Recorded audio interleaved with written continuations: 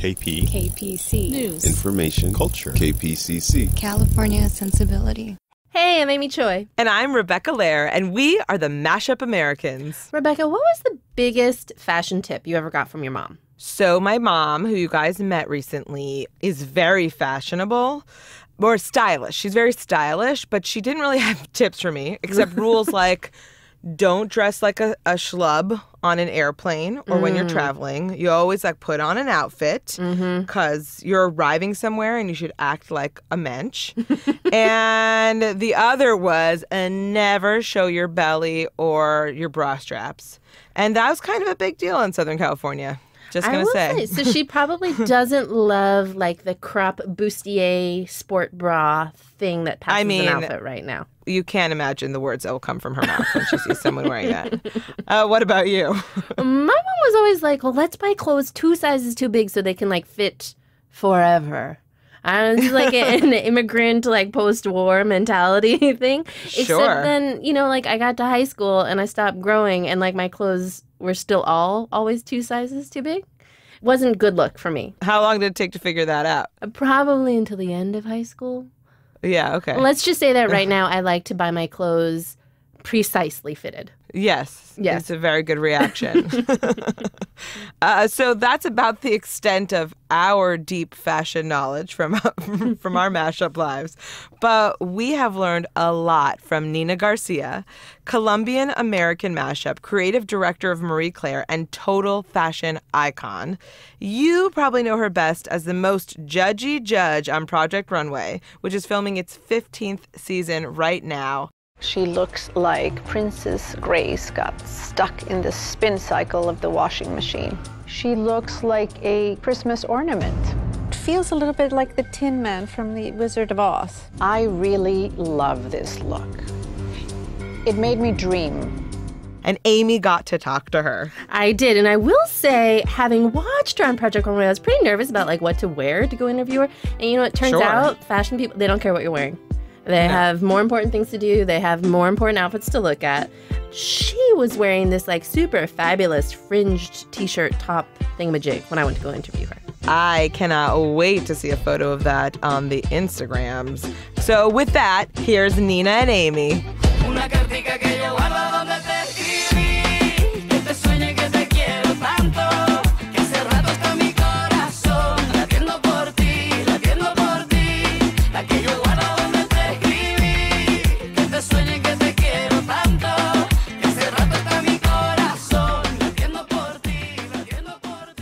Nina Garcia, how do you mesh up? My favorite way to mash up is really with fashion.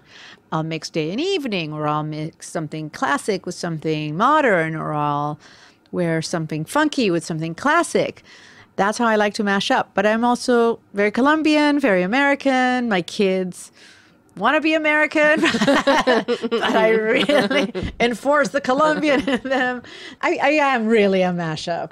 How do you enforce the Colombian in your children? I only speak Spanish to them. When they were growing up, there was no English speaking in my house.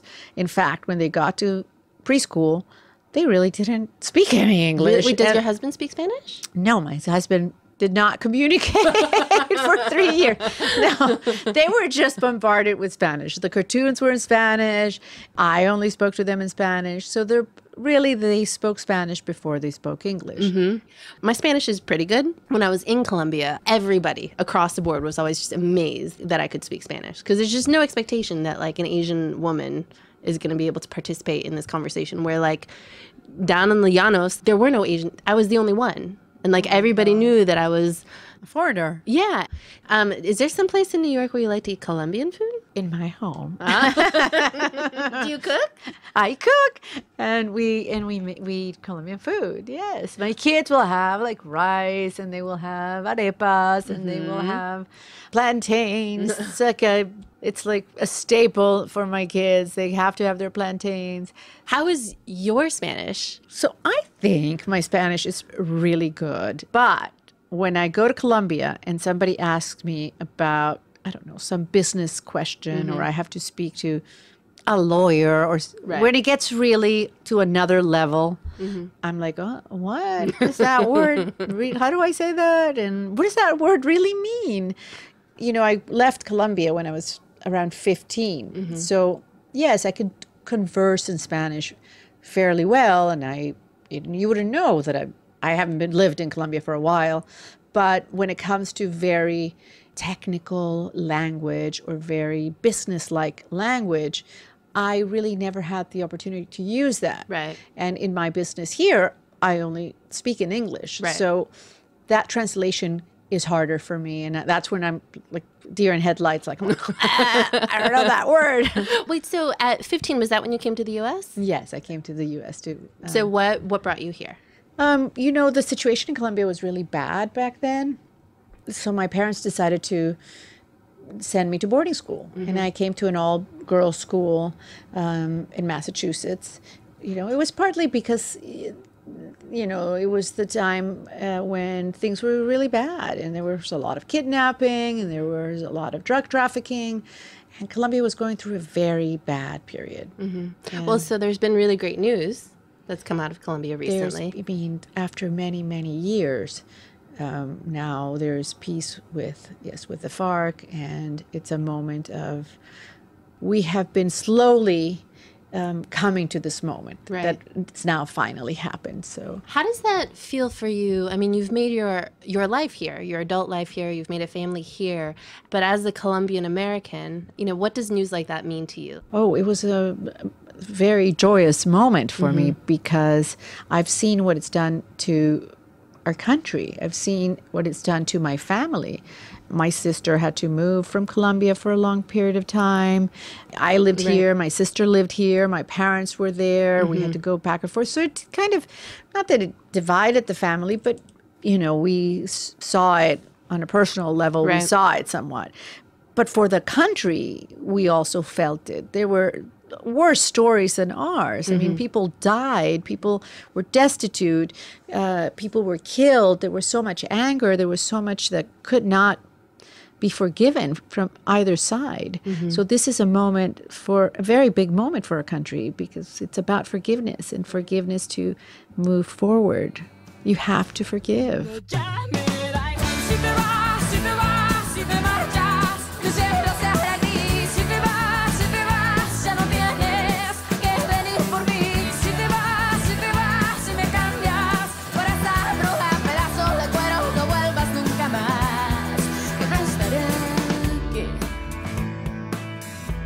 So tell us what it was like growing up in Barranquilla. I grew up in Barranquilla.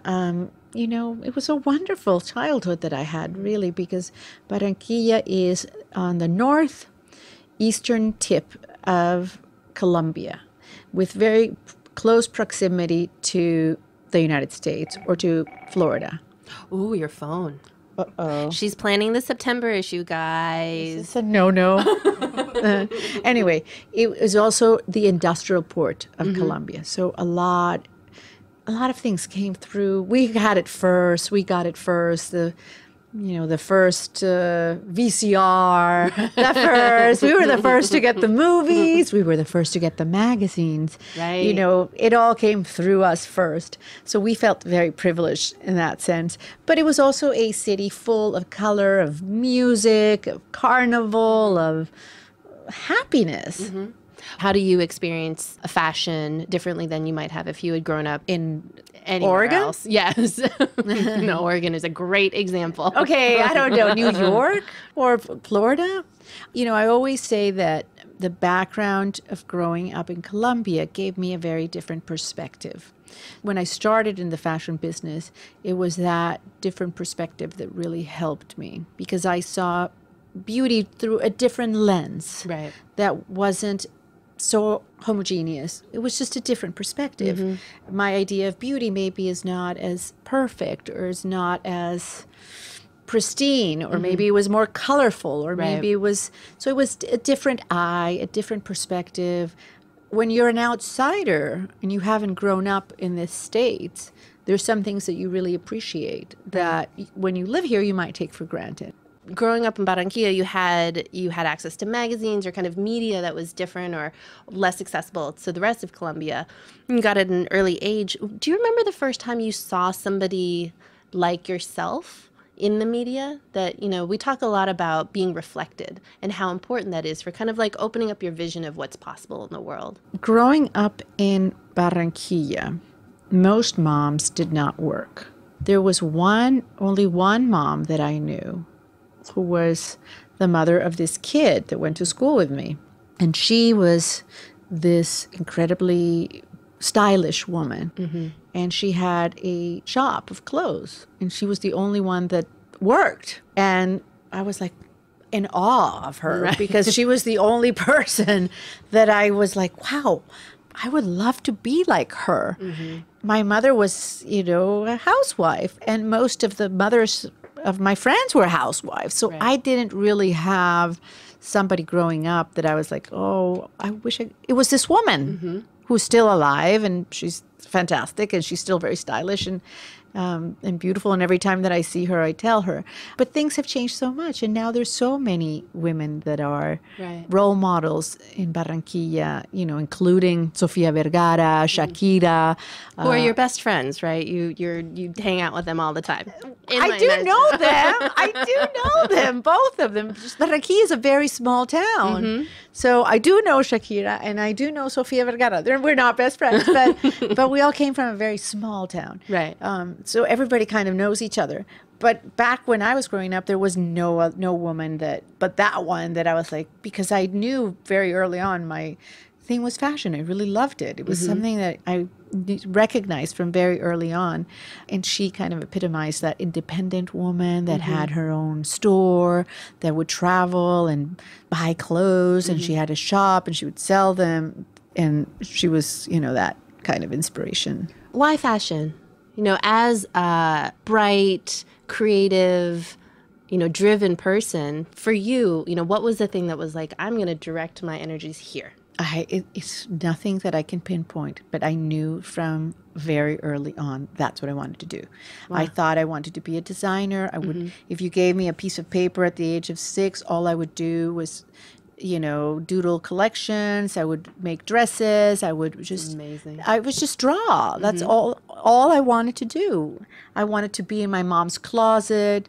She kept it locked, and I was like, why is she locking me out? Which made me gave me more desire to be in there. I was a child that all I wanted to do was draw and paint and I would pore over magazines and look at the fashion and then want to translate it into my own. So for a long time, I thought I wanted to be a designer. Right. Later on in life, I made a turn and came into journalism and into fashion journalism, but it was unexplainable. I can't explain it. That was just that's what I wanted to do. In your DNA. Yeah. There was nothing else that even closely interested me as much as fashion. Here's actually just something that I wanted to share with you. And we were talking about like being reflected in media and, where you saw people that you want to aspire to. And we had my co-host, Rebecca, who isn't here with us today. She has family in Israel.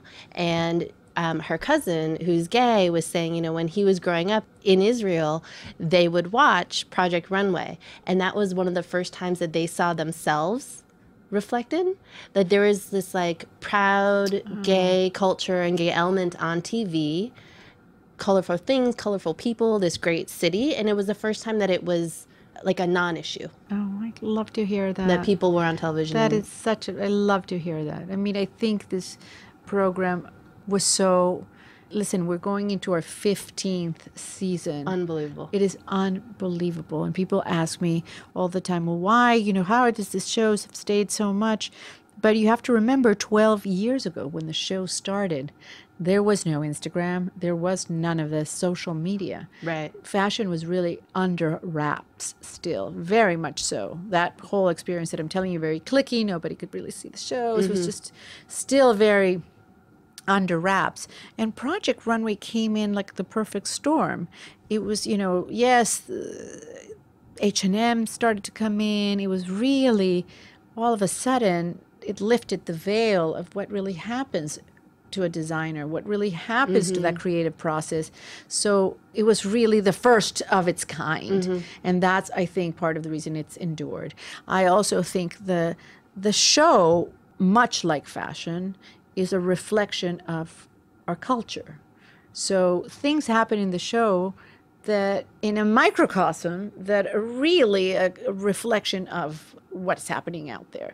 So there was that very important moment in one of the episodes when I asked one of the designers who was designing a print that was supposed to mean something to them, something very connected, very private or connected to them. Not private, but something that meant a lot to them.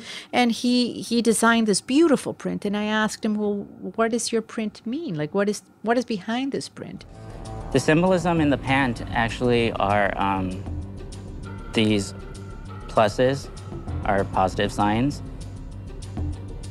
And I've been HIV positive for 10 years.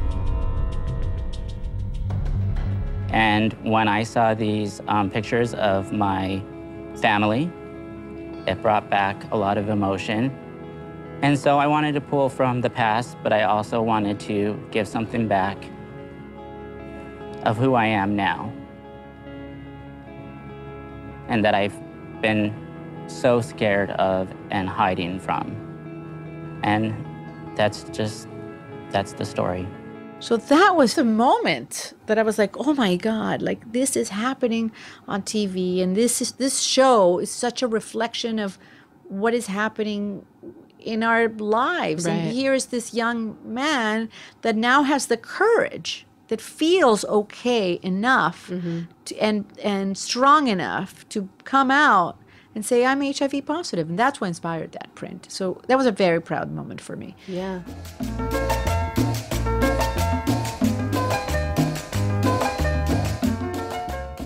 This podcast is supported by Toyota, presenting Mirai, the car of the future.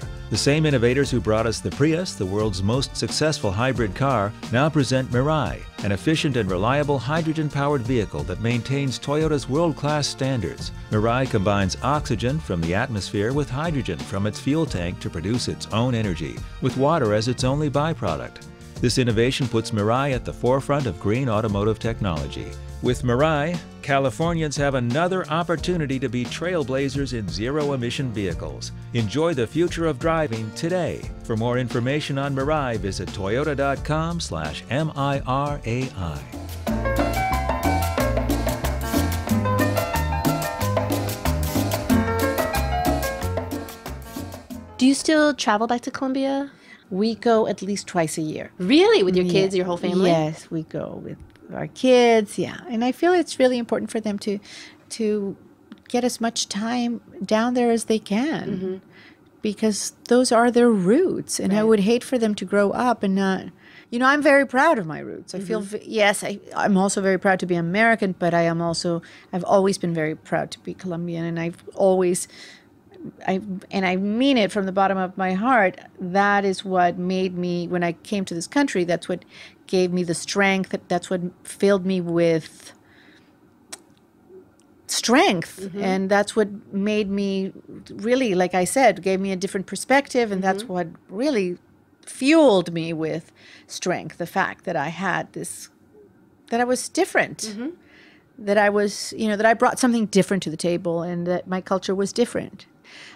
So I want them to feel a little bit of that. And there's something magical and so hard. I think this is what, we hear, and I feel as a parent, I'm a child of immigrants, so I have a different experience than you, but that instilling of like, we did this, right? You can do this. Yes. And I wonder, like, how do we keep our kids hungry?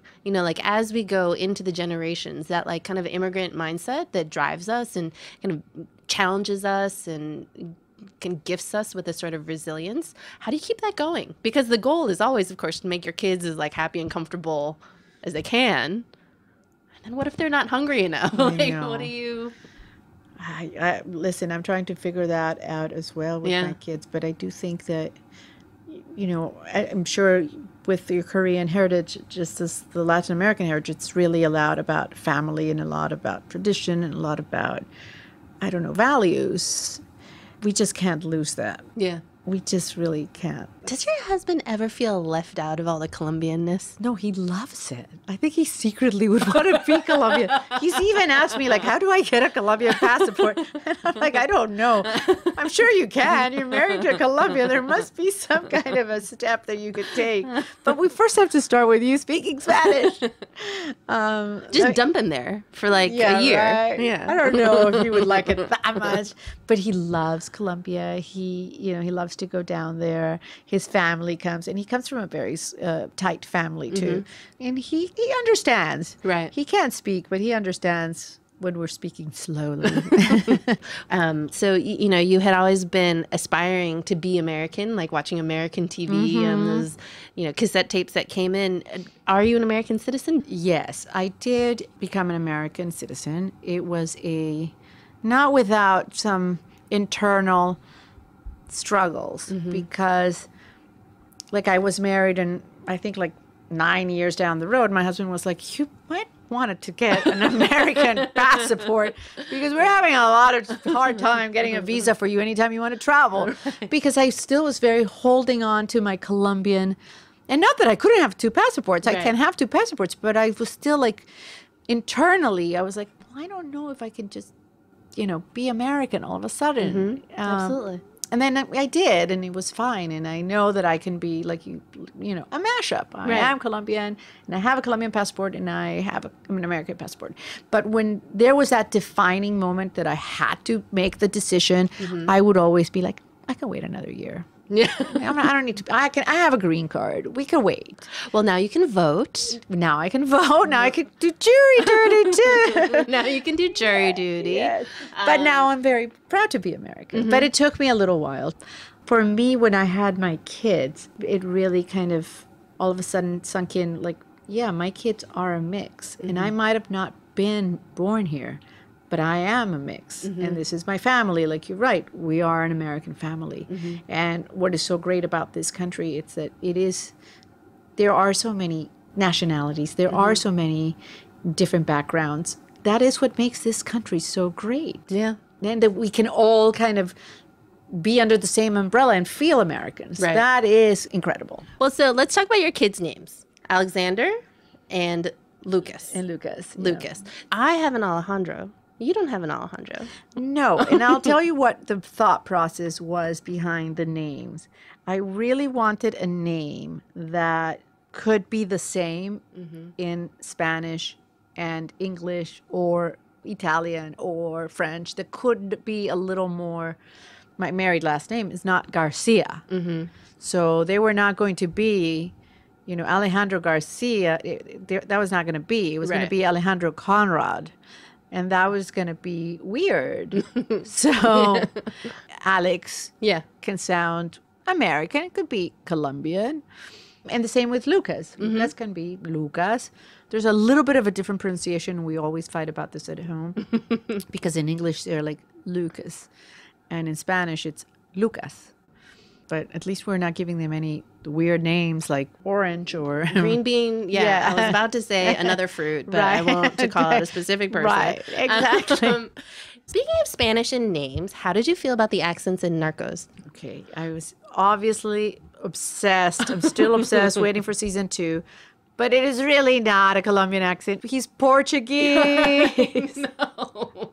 He's Portuguese, but they did a really excellent job. And he's an excellent actor. But did you see the first telenovela, the Escobar, El Patrón del Mal? No. Oh, well, it's on Netflix. I'm going to add it. And you speak Spanish perfectly. Yeah. You will be riveted. If you love Narcos, El Patrón del Mal is even more riveting.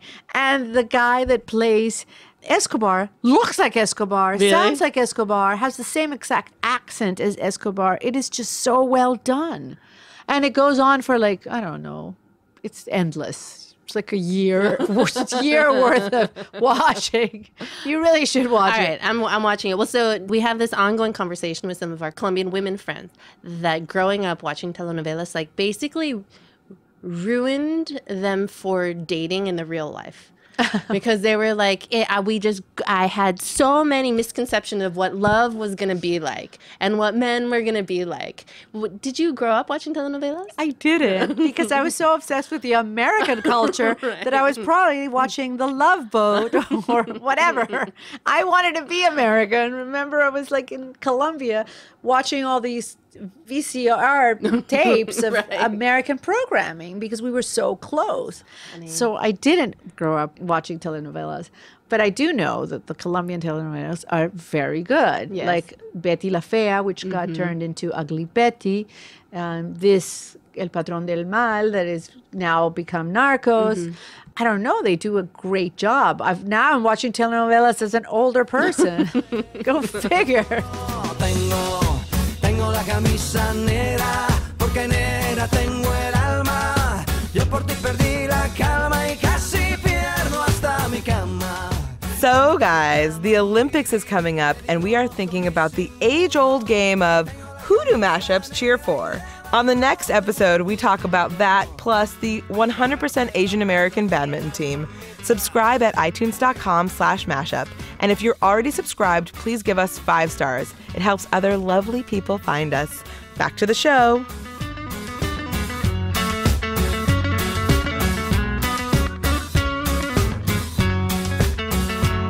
Así como lo oye, hija.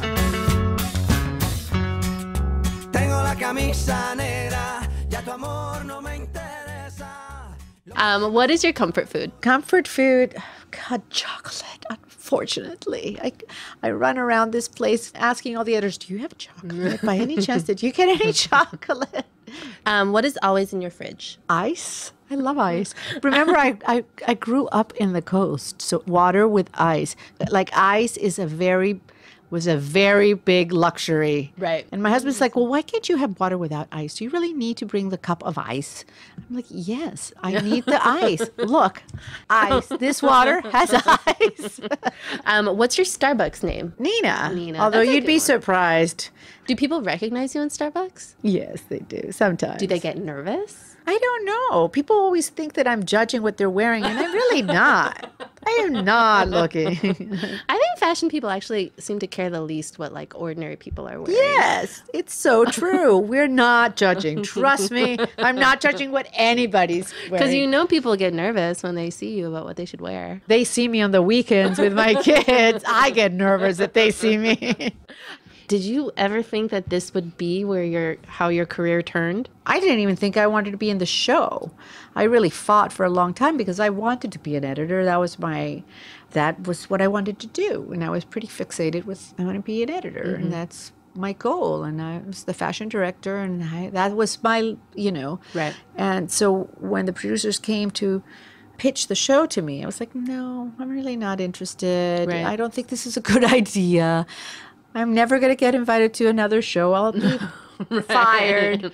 God knows what will happen. This is such a cliquey industry. And it was the opposite that happened. I mean, fortunately, I did say yes. And it was a lesson in life to really take the opportunities as they're presented. Right. Because sometimes you might be scared or you don't feel completely...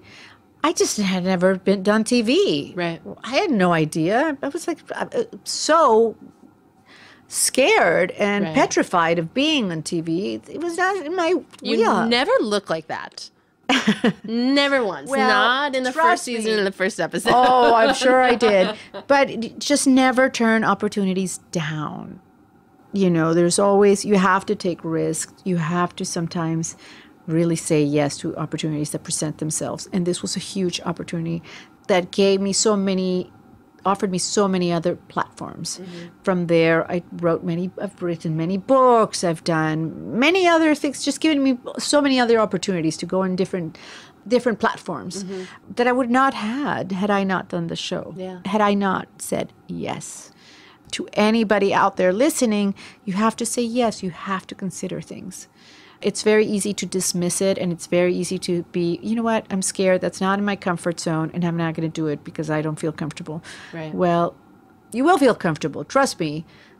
15 episodes, I go there and I'm like, okay, let's just do it. I am comfortable. And I would have never imagined that on my first day in that set. I was petrified. Does that woman, that incredibly stylish mom who had the shop when you were growing up. Oh my God. Did she ever watch the show? Yes, of course she's watched the show, yes. Thank you so much, Nina. This Pleasure. was This so was so fun. much fun. No me vengas a decir, ahora te mueres por mí. ¿Dónde dejas el pasado? Yo quiero un amor sincero. No me hables del ayer. What a delight. And she was just like so not judgy. Not judgy at all. She was so kind. I love that. I love when people are surprising. So that was Nina Garcia, creative director at Marie Claire and judge on Project Runway. Not so judgy, though, in real life. You can find her on Twitter and Instagram and all of the socials at Nina Garcia. Also, we should talk about that lady in Barranquilla, Nina's hometown, who inspired Nina with the clothing shop. Like, I just think it's so amazing to think about all the people in our lives who inspire us to become what we are. Totally. And you never know where that inspiration is going to come from, like a TV show or a magazine or, you know, a retail store. You know, we talked to like my biggest inspiration ever in one of the very first episodes of our podcast, the great and fearless Margaret Cho. I know. Oh my God. I mean, that so might amazing. be. She's so amazing. That might be the not so secret reason that we do this show. Talk to our inspirations. Well, there could be worse reasons, right? So we want to hear who is somebody that inspires you, that you would want to hear from. Tell us at facebook.com/MashupAmericans. So with that, the Mashup Americans are me, Rebecca Lehrer. And me, Amy Choi. Our producer today was Jocelyn Gonzalez. Our show is produced by American Public Media and Southern California Public Radio, KPCC. We're also supported in part by an award from the National Endowment for the Arts on the web at arts.gov. Besos! Bye! Dame un poquito.